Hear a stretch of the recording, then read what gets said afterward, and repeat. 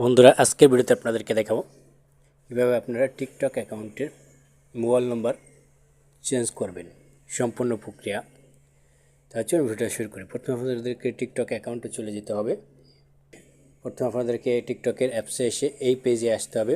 এই পেজে এসে নিচে প্রোফাইল আইকন দেখবেন, এই প্রোফাইল আইকনে ক্লিক করবেন।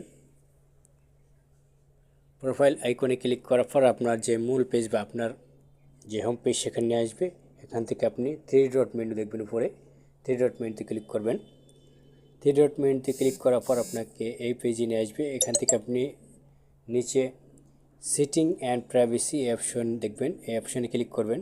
এই অপশনে ক্লিক করার পর আপনার অনেকগুলো অপশন দেখাবে। সেখান থেকে আপনি নিজের দিকে আসবেন, এসে অ্যাকাউন্ট নামক একটা অপশন দেখবেন। এই অ্যাকাউন্ট নামক অপশনে আপনি ক্লিক করে দেবেন। অ্যাকাউন্ট নামক অপশনে ক্লিক করার পর আপনাকে এই পেজে নিয়ে আসবে। এখানে আপনি অনেক ধরনের অপশন দেখবেন।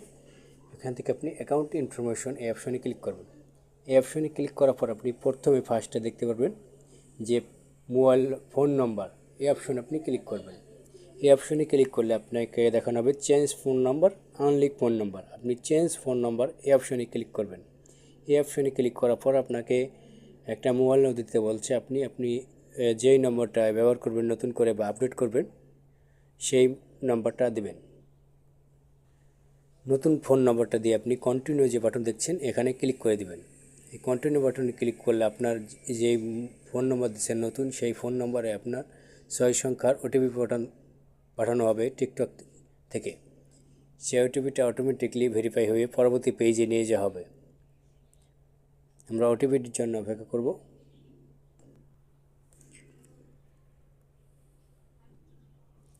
ওটিপিটা অটোমেটিকলি মোবাইলে প্রবেশ হয়ে যাবে এবং অটোমেটিক ভেরিফাই হয়ে পরবর্তী পেজে নিয়ে যাওয়া হবে এবং মোবাইল নম্বর আপডেট হয়ে যাবে।